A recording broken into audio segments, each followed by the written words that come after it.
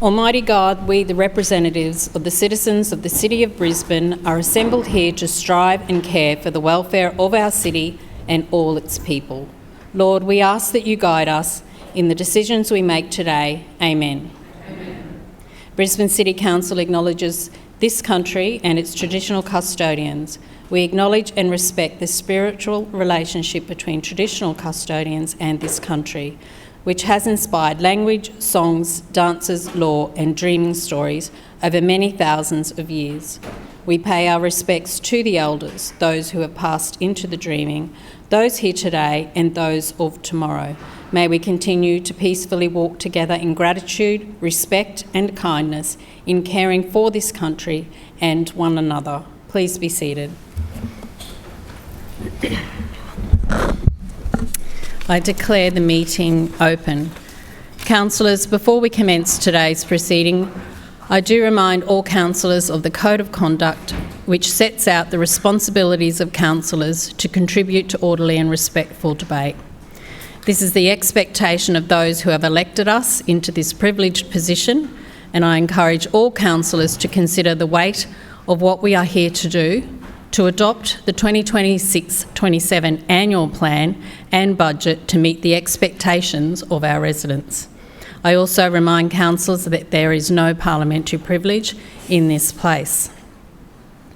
In line with existing procedures for council documents being made available electronically prior to council meetings, the 2026-27 annual plan and budget has been uploaded to the LG Hub.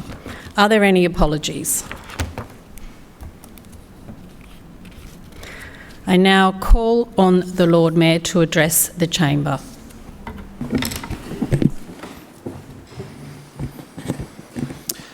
Thank you, Madam Chair.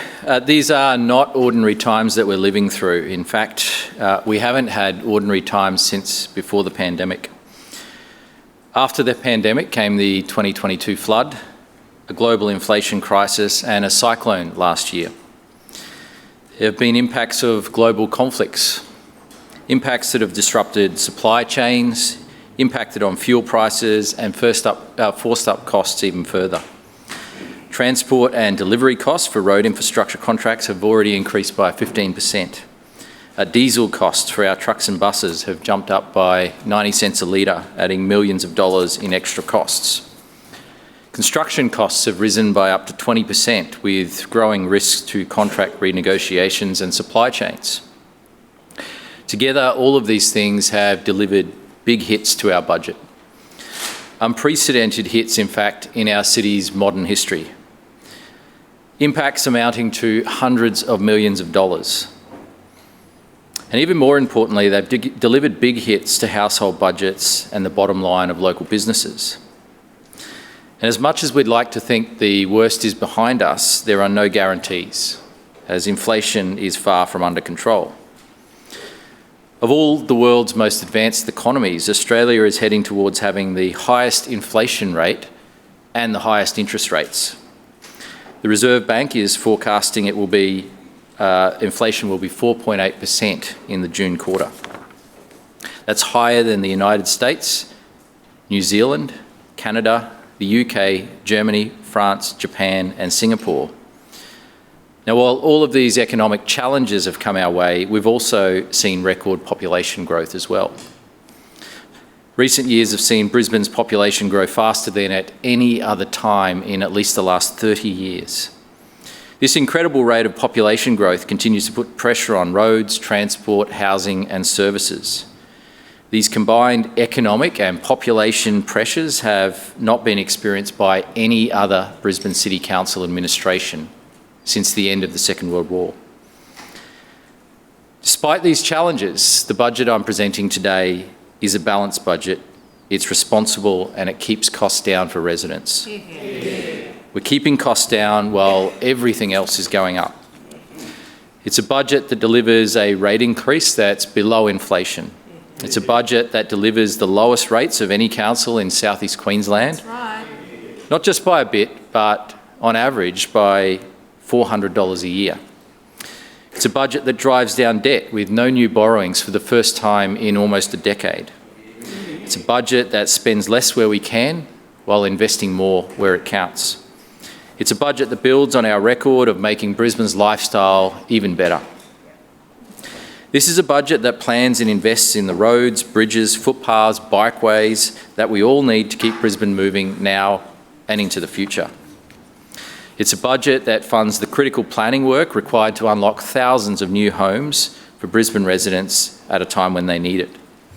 This is a budget that ensures that Brisbane seizes the opportunities of tomorrow while responding to the very real challenges of today. But at its beating heart, this is a cost of living budget. This is a budget all about keeping costs down for Brisbane residents. Regardless of whether they own or rent, regardless of whether they are young or not so young, regardless of whether they live in the inner city or the suburbs, we're in their corner. Just over 2 years ago, Brisbane residents turned up on polling day and they backed our team to keep Brisbane moving. They rejected the radical and risky Green Labor coalition of chaos and instead chose our united and experienced team. They rejected the reckless plans for billions of dollars in unfunded promises and new taxes on housing, precisely the formula we're seeing out of Canberra at the moment. And instead they chose our plan to strike the right balance between keeping costs down and keeping Brisbane moving. They chose our plan to keep making Brisbane's lifestyle even better, a plan which has helped our city be one of the most attractive destinations in the world. Today's budget keeps our commitments to the people of Brisbane. Today's budget delivers on that commitment with record spending on core council services like road resurfacing, a 94% investment in the suburbs as part of our Suburbs First guarantee, and increased investment in parks and precincts that our residents love, like Mount Cootha, Kedron Brook, the Wynnum Manly and Loda Foreshores as well. And an exciting new reimagined program to help keep Brisbane residents moving well and further supercharge our dawn economy. Plans for the next steps of Brisbane Metro, our bus rapid transport solution, which has delivered more than 10 million in trips already and captured national and international attention. Plans for the continued rollout of tall over sprawl housing that protects our character suburbs and native bushland and ensure new homes are built right in the places they're needed, near transport and shops. There's unprecedented new investment that will directly tackle homelessness as well. That's right. Our plan to renew the Story Bridge without tolls funds our commitments over the forward year estimates. A budget that is balanced and debt that continues to decline, which is an approach that has helped us see through repeated natural disasters as well as COVID and the cost of living crisis. And this is fundamentally a budget that keeps costs down for local residents and delivers the lowest rates in South East Queensland.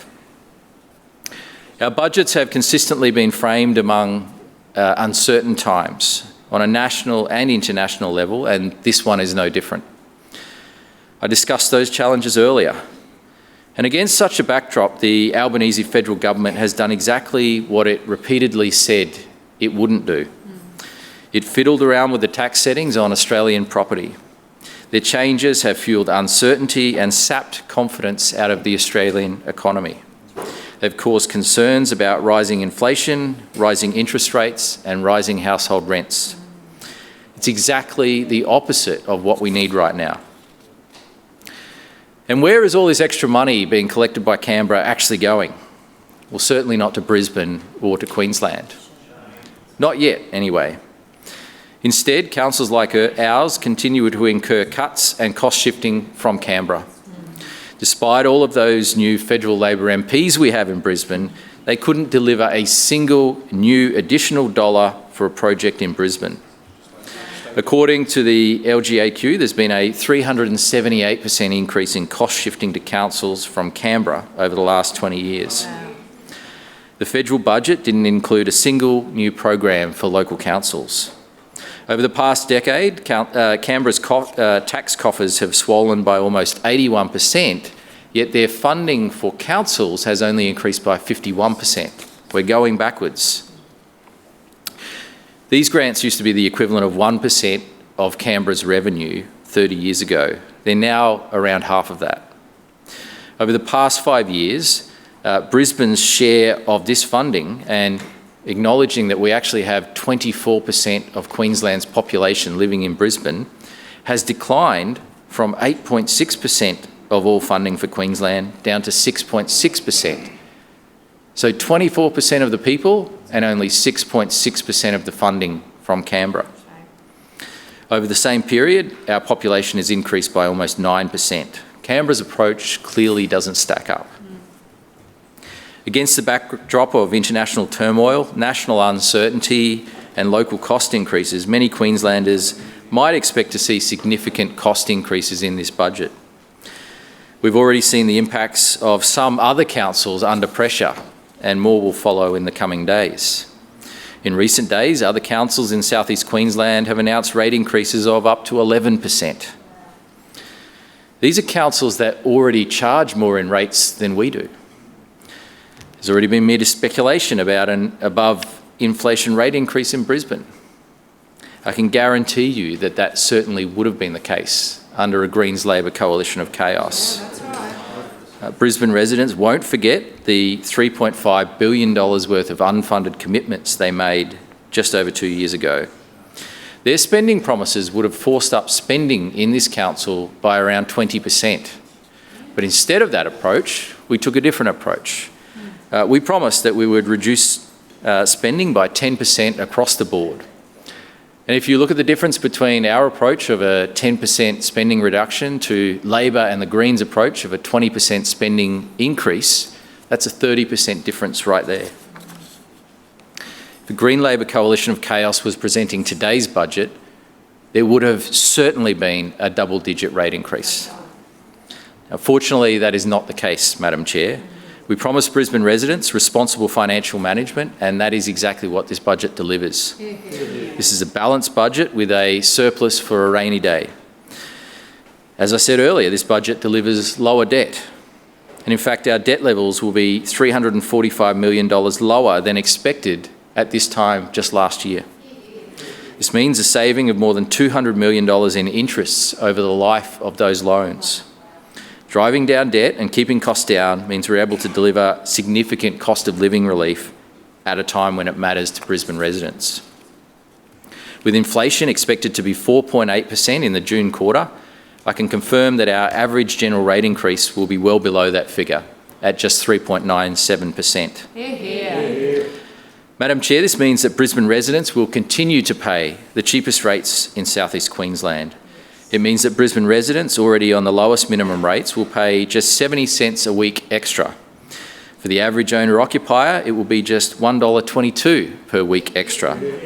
And this is good news for homeowners, but it's also good news for renters as well, because we know it puts less pressure on rents. Brisbane's cheapest rates will be $405 below what other people pay on average across South East Queensland. And that figure has been calculated before other councils have delivered on their recent budgets. This means that there's a Brisbane rates discount, and that Brisbane rates discount will only get bigger over the coming financial year. Had our rate rise been in line with inflation at 4.8%, Brisbane residents would be almost $15 million out of pocket. Instead, that money stays in their pockets where it belongs. We're also looking after our pensioners by increasing our pensioner rate subsidy scheme, which is already the most generous in Queensland. Almost 40,000 pensioners benefit, and we've increased the maximum rebate by $52 a year to $1,350. And the partial rebate will increase by $26 to $675 a year. Collectively, these rebates will save pensioners around $30 million a year. Seniors will also continue to enjoy our free off-peak travel scheme. Although I must admit the savings aren't as much as they used to be because of 50-cent fares, locked in permanently by the Crisafulli government. Our on-time rates discount will stay, saving residents an estimated $16.7 million a year, while our rebate for not-for-profits will save charities, kindergartens and other organisations an estimated $2.2 million a year. I know that many of you will be waiting to hear what's happening with $2 summer dips, and I can confirm it's on again this summer. There were a record 758,000 visits to our pools last summer, and no doubt a few from beyond our boundaries as well, where they pay higher rates, and $2 summer dips saved residents more than $2.8 million. The previous year, pool visitation numbers were 726,000 and the savings were $2.5 million. Our $2 summer dips isn't just saving people money, it's helping keep our community healthy and happy, which should be the central aim of every council.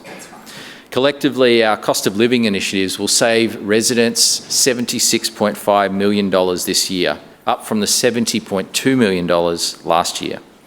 I know these savings are incredibly important in the current economic climate, and I'm proud our team is able to deliver them. Madam Chair, this budget continues to roll out our tall over sprawl housing strategy. It's all about more homes in the right places near transport corridors, shops and services. We've introduced suburban renewal areas in Stones Corner, Alderley, Chermside, Cannon Hill, Mount Gravatt, Upper Mount Gravatt, Sandgate and Wynnum. We're reforming on-site car parking rates required for new homes close to major centres or high-frequency transport. This change is all about relieving construction cost pressures that are adding tens of thousands of dollars to the price of new units and townhouses.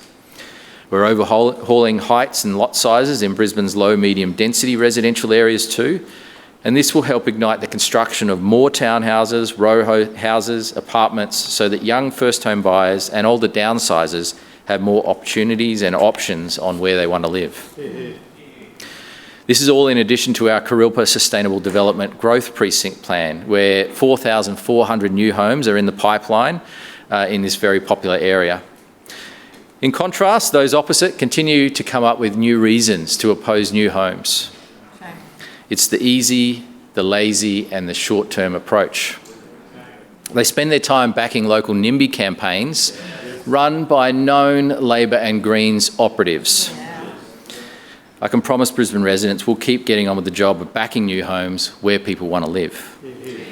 Why are we doing this? Because our children and our grandchildren need us to put aside short-term thinking and think long-term. Absolutely. Because young people need us to think long-term. Because renters need us to think long-term. Because Brisbane residents need us to think long-term. Madam Chair, homelessness is an incredibly complex problem that requires innovative solutions. Our council already does more than any other council to support rough sleepers, but there's always more that we can do. We've completely waived infrastructure fees for community housing providers, which has helped them deliver more than $3 million in savings in recent years. These are savings that help make projects more feasible. We've continued to fund the Pathways Out of Homelessness Grants program with more than $7 million allocated since we first established the program. We'll continue to hold our Homeless Connect event each year. And last year I was incredibly proud on behalf of the team to announce a $500,000 contribution towards Emmanuel City Mission and their night sanctuary. It's the only night sanctuary in Brisbane, and it wouldn't exist without council support.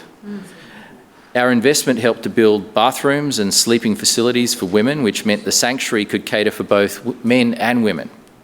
The sanctuary is currently a weekly overnight service offering safety and warmth for people experiencing homelessness.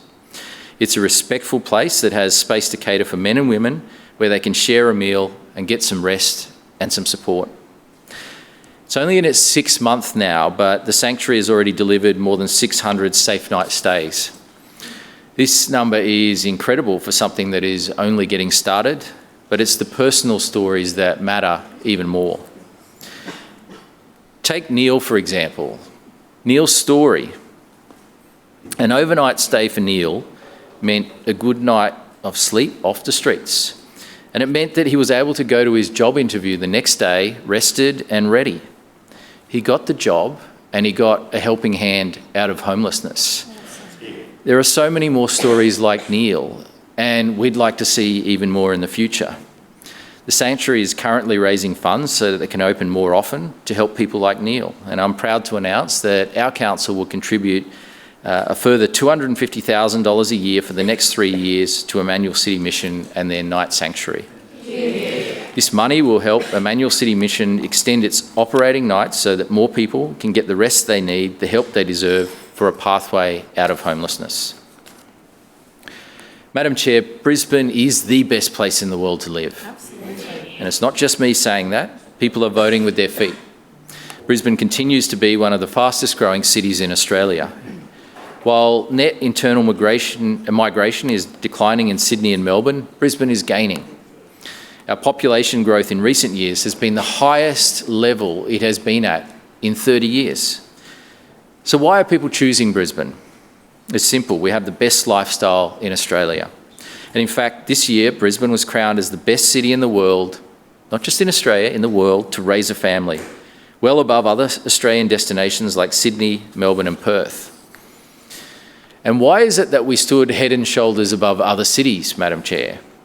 Namely, it was our incredible number of parks, bushland reserves and green spaces. Through long-term planning, we've helped to deliver thriving precincts as well, the precincts that people love. Projects and precincts like James Street, Howard Smith Wharves, Fish Lane and West Village, which are all incredibly popular lifestyle destinations. But it's also important to acknowledge that key projects like Howard Smith Wharves and West Village have been actively opposed by the Greens and Labor.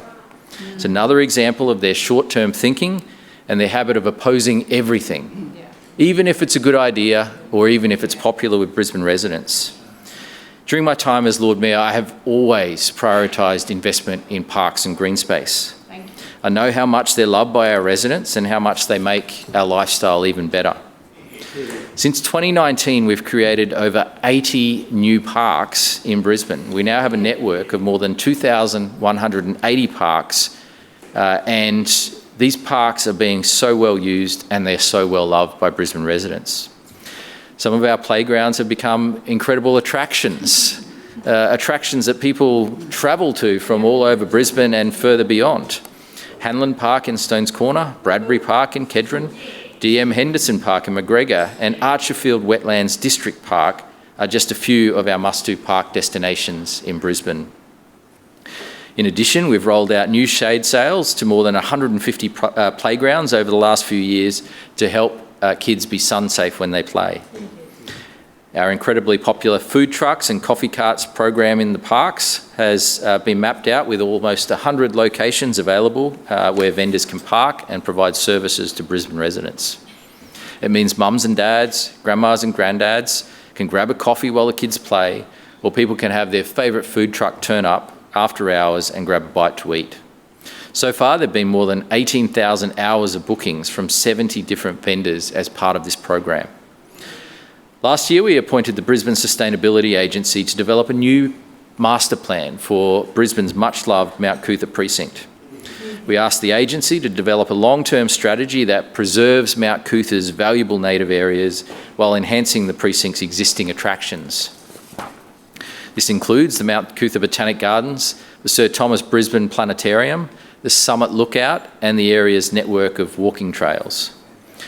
We asked them to draw inspiration from other award-winning park and lifestyle destinations around the world. We asked them to explore opportunities like a 170-kilometre wilderness walk to Mount Archer and a nighttime light show as well in the gardens and sustainable eco-accommodation options as well. The agency's draft plan will be released later this year for further community engagement and consultation, and I'm very excited, Madam Chair, to see what they deliver. Meanwhile, we'll be undertaking some upgrades to the existing facilities at the summit, including improved parking and landscaping, as well as bathroom facilities as well. We also promised a master plan for the popular Kedron Brook as part of our investment in Kingfisher Creek, Oxley Creek, also Wynnum, Manly and Loder foreshores upgrades too. This budget delivers on those commitments. That's right. The Kedron Brook vision is exploring new opportunities for recreation and relaxation while making the prized waterway more resilient and healthy at the same time. Ahead of the release of the vision, this budget continues our investment in the Brook's very popular bikeways with new lighting through Enoggera and Alderley. Kingfisher Creek is the third priority precinct in our Norman Creek Master Plan, and we're creating a new parkland with better bikeway connections, improved drainage for the area, which is also prone to flooding. In the Oxley Creek corridor, we're continuing to transform what was once a highly polluted waterway, which people turn their backs on, to now a much-loved precinct in the city's network of creeks and rivers. We're investing in graceful riverside parklands, along with vegetation works throughout the creek corridor, and it's part of our ongoing program to plant more than 1 million trees and plants between now and the Olympics as well. For the Wynnum, Manly and Loader foreshores, we'll release the master plan for further consultation and start work on the areas where the community has told us are a priority. The area around the Wynnum wading pool will see new investment, including the improvement of Pandanus Beach, and there's more than Southbank Beach in Brisbane. We have Pandanus Beach, and we want to make it even better. We're also upgrading our wading pool to be more attractive for families and visitors to enjoy during the summer months. I look forward to sharing the entire plan for Wynnum, Manly and Loader foreshores with the community very soon.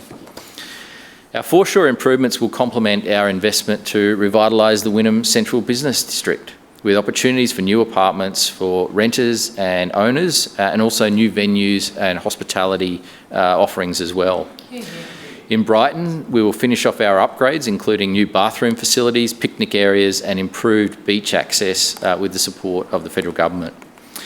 We're also undertaking a significant number of park upgrades, including in Keating Park in Indooroopilly, Mowbray Park in East Brisbane and 7th Brigade Park in Chermside. I also look forward to completing the plan for the Ellen Grove District Sports Park and undertaking major construction work on the Pollara District Sports Park as well. Work has also commenced right now on the Carindale Recreation Reserve upgrade. Excellent. We'll also be planning for the creation of sports park facilities for the growing community of Upper Kedron, thanks to a commitment from the state government towards the Honeyeater Street Park. With design and consultation on the Bulimba Library upgrade complete and a contract awarded for construction, we'll soon see a refreshed Bulimba Library as well. We're also increasing the library collection budget as well, so there can be more books and collection for people that love our libraries, and who doesn't love our libraries? For those who prefer diving into a pool over diving into a good book, we've refurbished the Dunlop and Parkinson pools as well. Our ongoing investment in parks, playgrounds and preserved bushland precincts is precisely the reason why Brisbane is known as Australia's lifestyle capital. That's right. And it's also the reason we're the best place to raise a family. Madam Chair, our Better Suburbs grants have helped more than 440 community organisations since they were first introduced in 2021. These grants have helped clubs and community spaces across Brisbane, making them better places to visit and attracting new participants as well. They've recognised the important role that clubs play in our community, helping to keep residents of all ages healthy, active and engaged. That's why from next year we will boost the funding for the community facility category.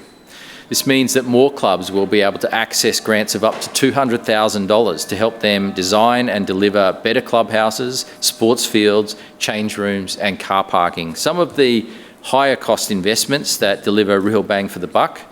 For the community support category, we'll also increase the maximum grant level from $10,000 up to $15,000 to help clubs do even more with maintenance, improvements works, and also improving their sustainability or purchase new equipment.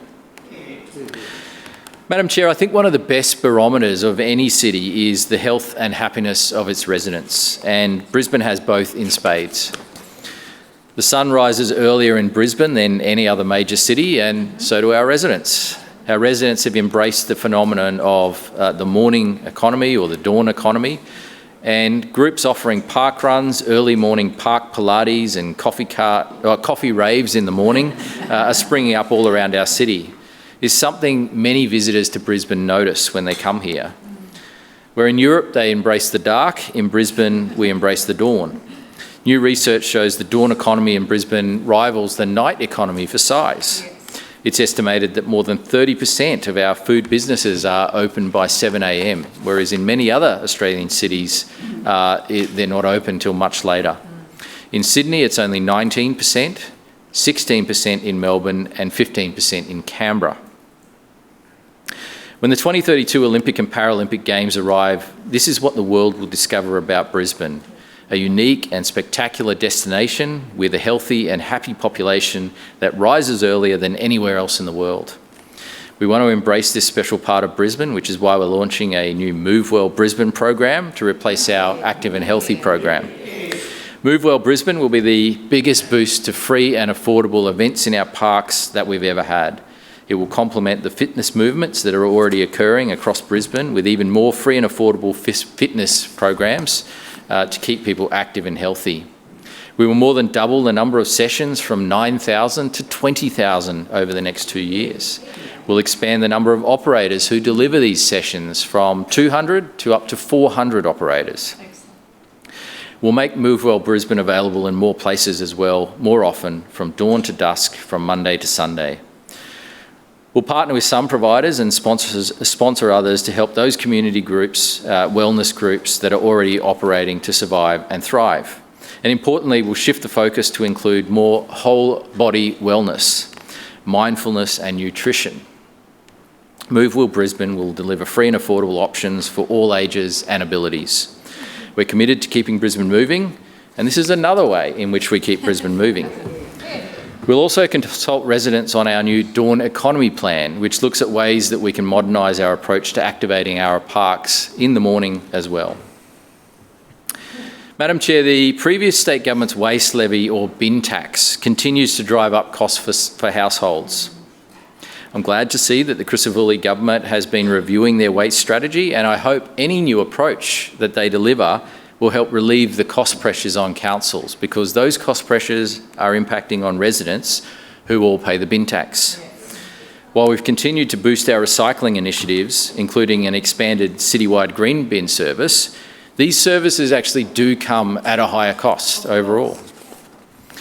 Together with other councils in South East Queensland, we're working to explore new options to divert waste from landfill while keeping costs down. Now today I can confirm a new initiative that we're working on through the Council of Mayors, and we're in discussions with the Wagners in options to turn our waste into sustainable fuel.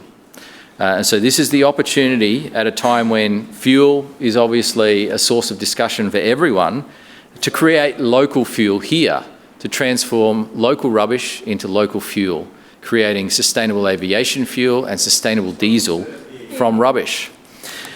It's an opportunity to do something which will help also impact on fuel security and improve fuel security, which is something that is important to everyone right now. Yes. Madam Chair, whether you drive a car, catch a bus, a city cat, ride a bike, or like to walk, our budget keeps Brisbane moving. Unlike those opposite who say investing in roads is not the answer, we believe in a balanced approach.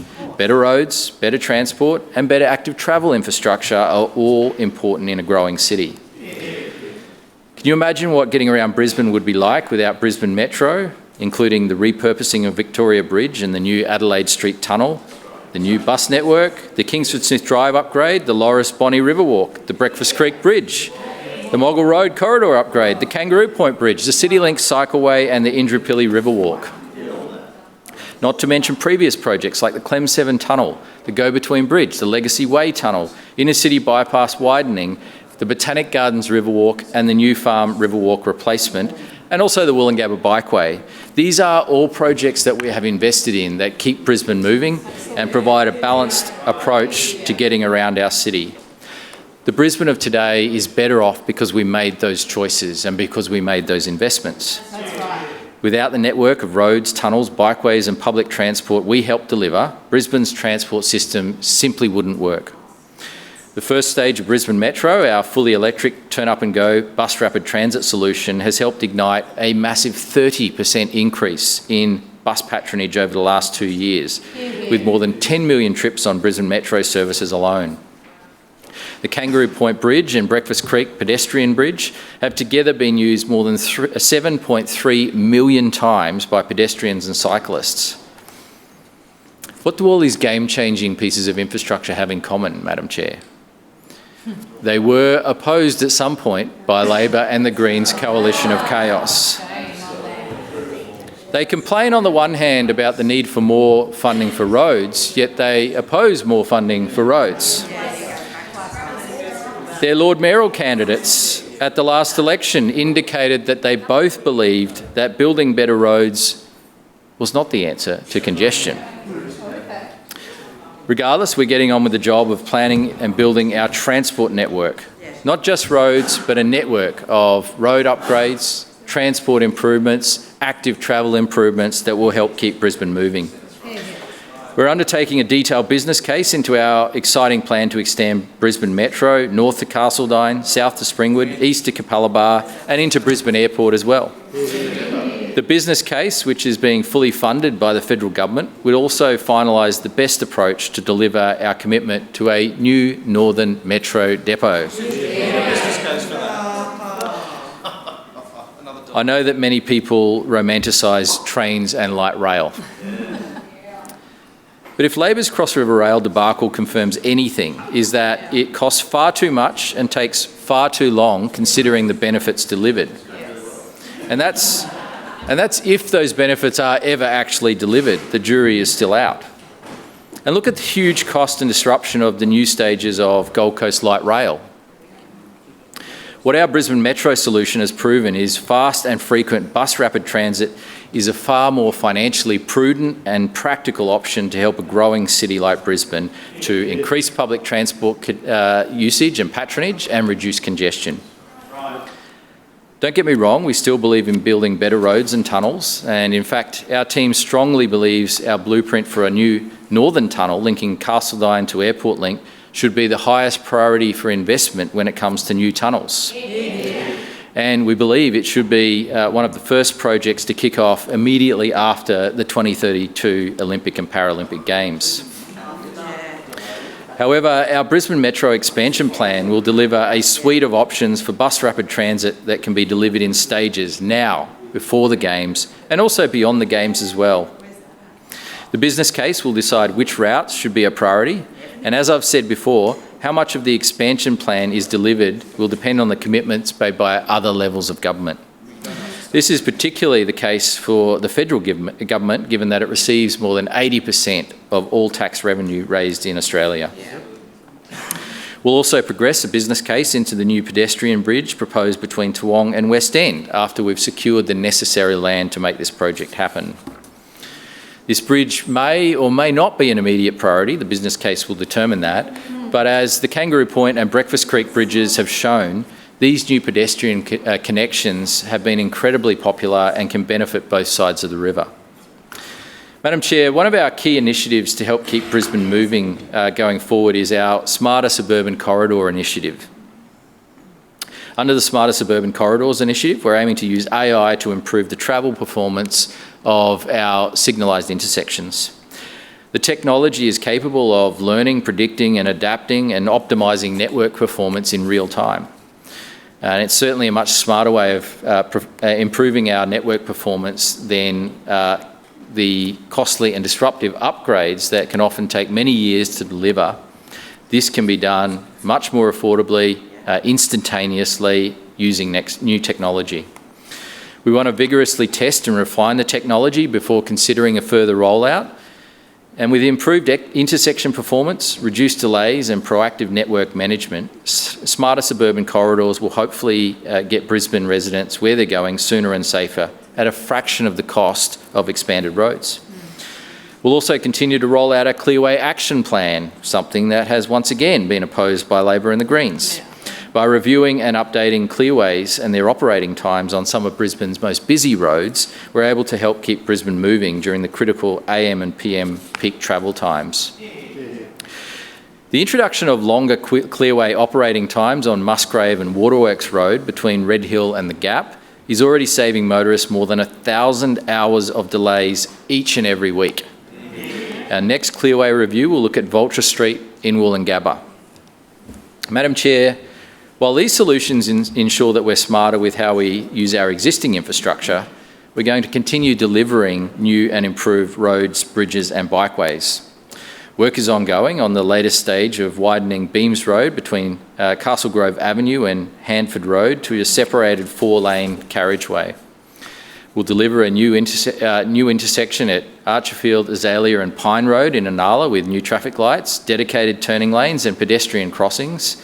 We've also got new and improved bikeways planned across Brisbane, including the Menippi Parklands connection with the golf course, the Melbourne Street Bikeway extension, the new Shafton Avenue Bikeway, and the much anticipated Sylvan Road Bikeway, in conjunction with intersection upgrades at Milton, Croydon and Sylvan and Croydon roads as well. All of these projects are aimed at keeping Brisbane moving, Madam Chair. Now, I know many councillors on both sides of the chamber got very excited by the big fill, and we got excited too, because our council crews deserve huge credit for the work they did, racking up record after record of daily pothole filling. The big fill was about letting residents know that if you find it, we'll fill it. And if it's urgent, we'll get it done in 24 hours. And if it's not, we'll aim to get it done within 7 days. Yet the big fill was only one part of our ongoing road program. A much bigger program is coming this year. Operation Smooth, Madam Chair. During 2026-2027, we'll invest a record amount in regular road resurfacing. Under Operation Smooth, we'll deliver smoother streets right across Brisbane, including on some of our busiest road corridors. There's too many to name, but I simply can't resist, Deputy Mayor. Albion Road, Beanley Road in Sunnybank, Belmont Road in Belmont, Canberra Street in Hemmant, Colson Street in Wacol, Eagle Farm Road in Pinkenbar, Forest Lake Boulevard in Forest Lake, Graham Road in Castledine, Hamilton Road Chermside in Wavell Heights, Hawken Drive St Lucia, Henson Road Salisbury, High Street Toowong, Inala Avenue Durack, Ipswich Road Annerley, Johnson Road Larapinta, Lacey Road Castledine, Leroyd Road Acacia Ridge, Logan Road Upper Malgravat, Lutwich Road in Lutwich and Windsor, Mains Road in Sunnybank, McCulloch Street in Sunnybank, Meadowlands Road in Carindale, Miles Platting Road in Rochdale, Moggle Road in Indooroopilly, Mount Nebo Road in Noggara Reservoir, Murphy Road in Zilmere, Norris Road Fitzgibbon, Orchard Road in Richlands, Pamela Street in Pinkenbar, Pickering Street in Noggara, Randall Road Pinkenbar, Samuel Street in Camp Hill, Deputy Mayor, Scrub Road Carindale, Councillor Murphy, South Pine Road in Noggara, Sylvan Road Toowong, Toohey Road Salisbury, Waterworks Road The Gap, Wilston Road Grange. I promise you I won't read out all 190 streets. But the biggest resurfacing job we're doing in the next 12 months is the one we've all been waiting for, the southern approach to the Story Bridge. This is a big project that not only involves resurfacing of that approach to the Story Bridge, but doing works underneath the road as well, waterproofing and protecting the bridge surface itself, and putting the road back smoother and safer.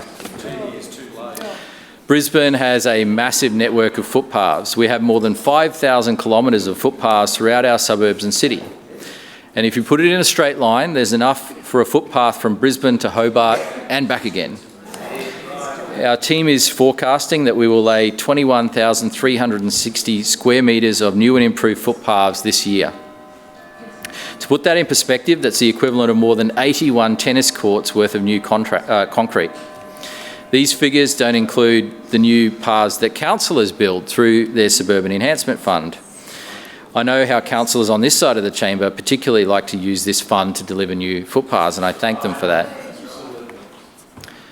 I also know firsthand, and many of the councillors in the chamber know, how busy it is during Brisbane's school pick-up and drop-off times around schools.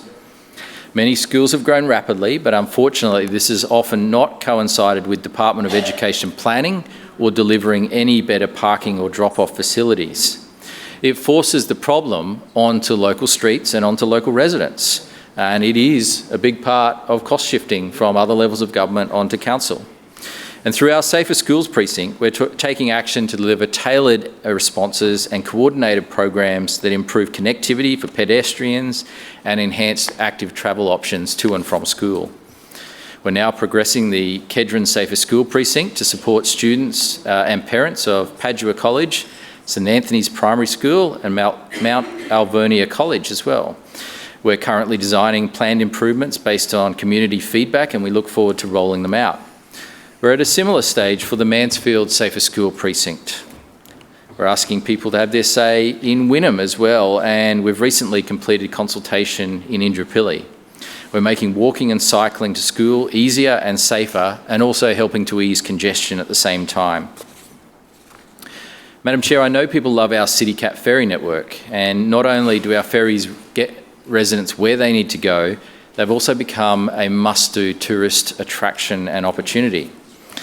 So I often see on social media national and international visitors who simply cannot believe how beautiful Brisbane is from the river. And they see it all for 50 cents thanks to the Christopher Hooley government. Plans are progressing for a new and large terminal on the City Reach. This is our grand central station for the ferry network. The City Reach terminal is the busiest and most important terminal in the entire ferry network, with more than 1.5 million passengers using it each and every year. We're currently in talks with a couple of parties about where this new terminal will be located, and we're keen to progress building it as soon as possible. We're also investing in and maintaining our existing terminals as well. This year we'll also refurbish the Apollo Road terminal with new seating, shade, improved lighting and safety cameras, and we'll undertake an upgrade of the heritage-listed Bulimba terminal as well. With all the work underway to build new roads, railways, hospitals, schools, stadiums, and the raw materials that we need for this are very valuable. All of this demand is expected to place an enormous pressure on the local Brisbane construction market. A report recently undertaken on behalf of the Queensland Department of Resources found that South East Queensland's demand for asphalt and aggregate would increase from 26 megatonnes in 2023 to 37 megatonnes by 2032, a 41% increase in the need for quarry materials. Wow. While reports vary, according to some industry estimates, there's a 100 megatonne deficit of quarry materials versus the expected demand between now and 2032. So depending on which figures you believe, it could be anywhere between the 41% increase or even higher, up to 100 megatonnes of quarry material. Now, this is an enormous challenge for construction, but it's also an enormous opportunity for Brisbane City Council and our ratepayers. We have a well-established network of asphalt and quarry assets that are currently used for primarily our own purposes. This includes 2 asphalt plants and 2 operating quarries at Mount Cootha and Bracalba. While we produce material to build our own roads and maintain our own roads, there's an opportunity to supply this material to the wider market.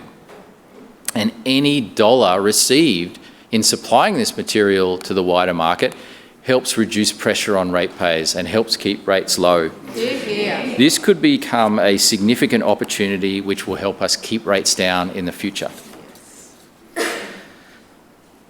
Madam Chair, last year in May, we confirmed that the Story Bridge would need major renewal works over the next 20 years to give it a 100-year life on top of its 100-year design life. The expert committee which undertook the work found that the city had been a good steward of the bridge since it was transferred to us by the state government.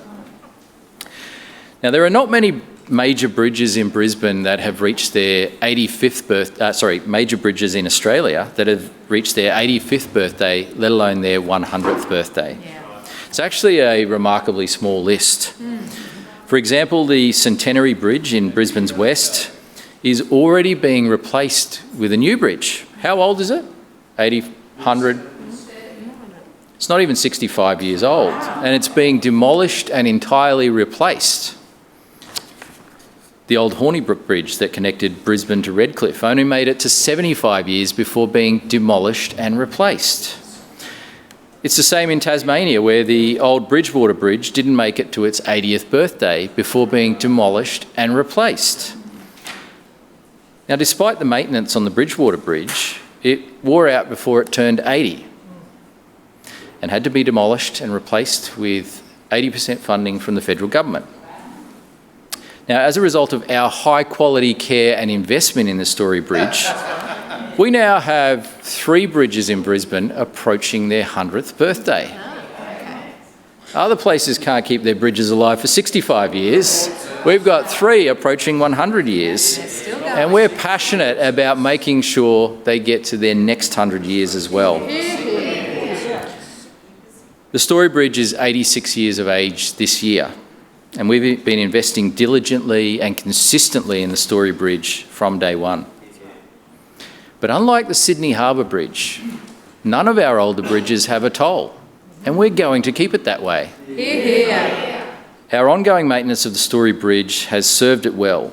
It will not only last 100 years, but with renewal, it will last 200 years.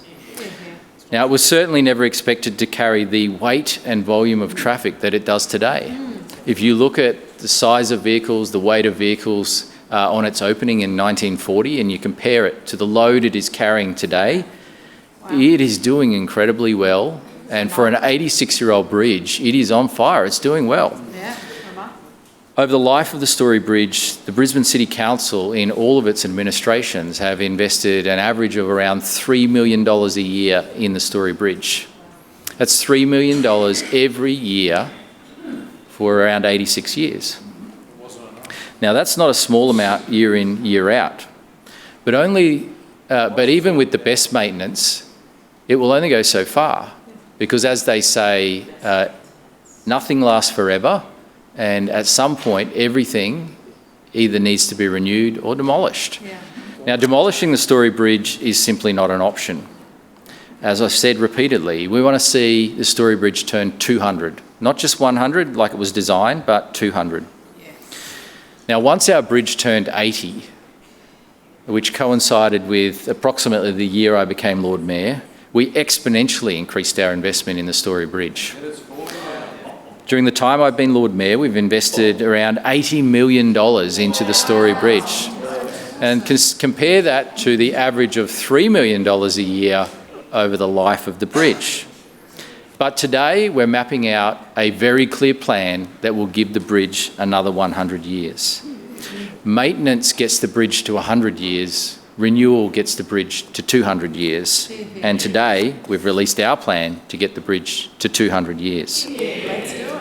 The federal government understood that Tasmania couldn't afford on their own to fund the new $786 million Bridgewater Bridge on its own, so they agreed to contribute 80% of the cost.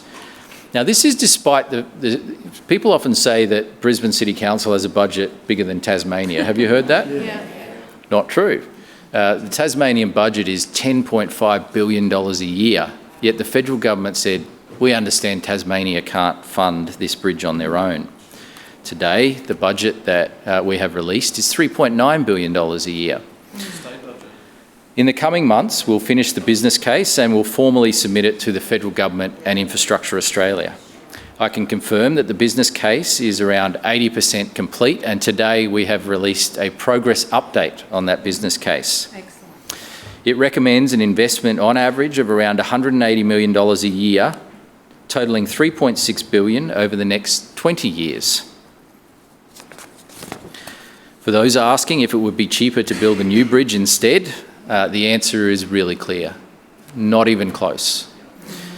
Estimated demolition and rebuilding costs of an entirely new bridge, as they've done in Tasmania, as they did with the Hornibrook Bridge, would be a cost of $9.3 billion. Now, if that's not enough of a deterrent, consider that this option would also leave Queenslanders without a bridge at all for 8 years. 8 years without any bridge at all. Clearly, this is not an option, Madam Chair. The business case progress update also recommends an investment of $1.35 billion on the Story Bridge renewal ahead of the 2032 Olympics. I can confirm today that we're seeking funding from other levels of government on an 80-10-10 basis. 80% for the federal government, as they've done in many other cases, 10% for the state government and 10% for the Brisbane City Council.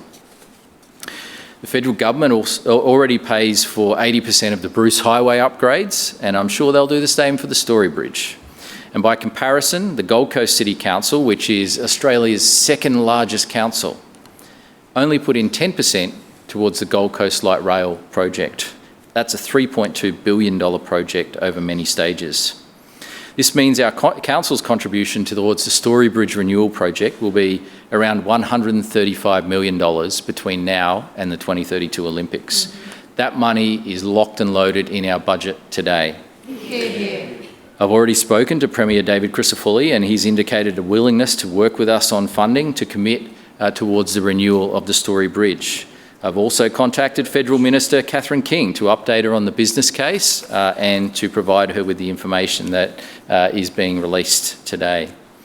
Minister King was keen to invest in other Brisbane projects like Brisbane Metro and the Kangaroo Point Bridge, and they've also funded this business case that we're talking about today. So I'm confident the federal government will be interested in helping us with the next chapter of the Story Bridge. Madam Chair, some people might see the Story Bridge and the renewal project as a challenge. I actually see it as a great honour to be involved with a project of such importance and scale. This is the type of project that people will say in the future, I was involved in that project. They'll tell their grandkids about it. We helped give the Story Bridge another 100 years of life, and that is exactly what our plan will involve. And so I'm excited about the next chapter for the Story Bridge, or in fact the sequel for the Story Bridge. They say every good story deserves a sequel, and we're determined to make sure the Story Bridge gets its sequel. I want to thank Councillor Murphy and the officers for the work that they've done on getting us to this point and the excellent work that's been done in preparing the business case to 80% complete. We'll finalise that business case over the coming months. It will be submitted to Infrastructure Australia, to the state government, to the federal government, and I look forward to having those levels of government consider funding in their next budget next year. Madam Chair, our budget is a result of some incredibly hard work from a range of dedicated people who get up every day determined to make Brisbane better. I want to thank the Deputy Mayor and Finance Chair, Councillor Cunningham, along with her Civic Cabinet colleagues, Sarah Hutton, Ryan Murphy, Adam Allen, Tracy Davis, Vicky Howard and Andrew Wines, as well as all of our councillors. I want to thank our Chief Executive Officer, Kerry Freeman, Divisional Manager Anne Lentz, Chief Financial Officer Mark Russell, and all the other officers who have worked so hard on this budget. From my office, I want to thank Stephen, Nathan, Michael, Hannah and Aaron. Every budget, Madam Chair, presents challenges and choices. It's about challenges and choices. Now, we've made our choices and we've made them very carefully. Our choice is to make cost of living a priority in this budget. Our choice is to ensure Brisbane residents continue to pay the lowest rates in South East Queensland. Our choice is to continue our tall over sprawl agenda to provide more homes in the right places. Our choice is to continue investing in Emmanuel City Mission's night sanctuary to make sure that our most vulnerable people in the city have the support they need. Our choice is to keep Brisbane moving with record investment in road resurfacing and smart solutions to make our network even better. And our choice is to make Brisbane's lifestyle even better as well by investing in our parks, playgrounds and bushlands reserves. Our choice is to help residents be healthy and active through Move Well Brisbane. Our choice is to renew the Story Bridge to give it an extra 100 years of life and to make sure it gets the sequel it deserves. Our choice is a balanced budget with lower debt and more investment, and our choice is to keep Brisbane moving. Thank you, Madam Chairman.